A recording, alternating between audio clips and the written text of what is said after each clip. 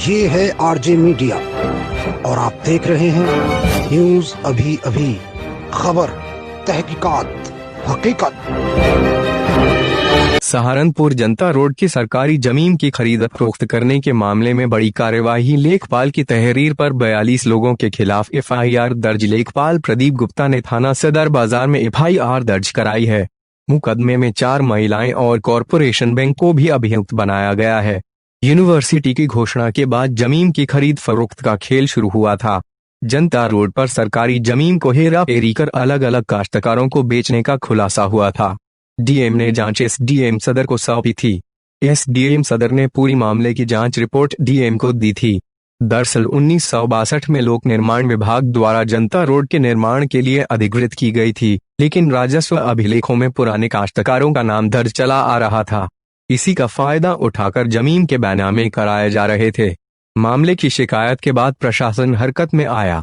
SDM सदर अनिल कुमार द्वारा सबसे पहले भूमि से खातेदारों के नाम खारिज किए गए।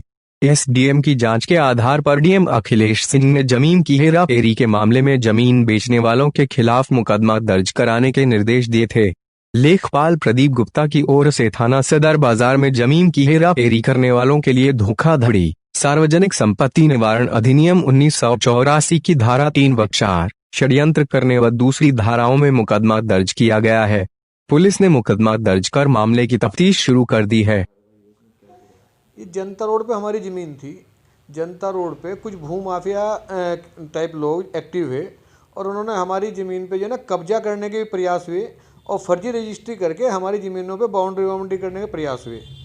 कई बार हमें धमकी भी दी उन्होंने, लेकिन हमने जो कानूनी कार्रवाई सिस्टमेटिक लड़ते हुए अब जो है ना एसडीएम साहब ने जो है ना इसमें एफआईआर दर्ज कराई है। ये मैं 8 साल से इसकी लड़ाई लड़ रहा था और अभी पिछले 3-4 महीने से जब से हमारे मामले को हमारे जिलाधिकारी महोदय अखिलेश सिंह ने देखा, जब से इन्होंने इस पर कार्रवाई कराई और सिस्टमेटिक कार्रवाई करते हुए आज इस मुकाम पे पहुंचे हैं कि उनके खिलाफ एफआईआर दर्ज कराई। 42 लोग इन्वॉल्व पाए गए इसमें। हाँ, ये ज़मीन सरकारी ज़मीन है। 1962 में जब ये सड़क बनी है तो इसका मुआवजा दे के इसका अधिग्रहण कर लिया गया।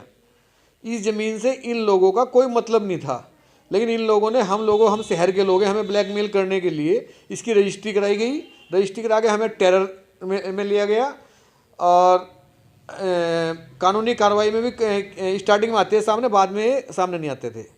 तथ्य सब इनके विपरीत थे और ये लोग इतने चालबाज हैं कि हाई कोर्ट, रेवेन्यू बोर्ड, इनसे सबसे सेटिंग करके स्टे ले लेके इन्होंने बड़ा हमें परेशान किया है।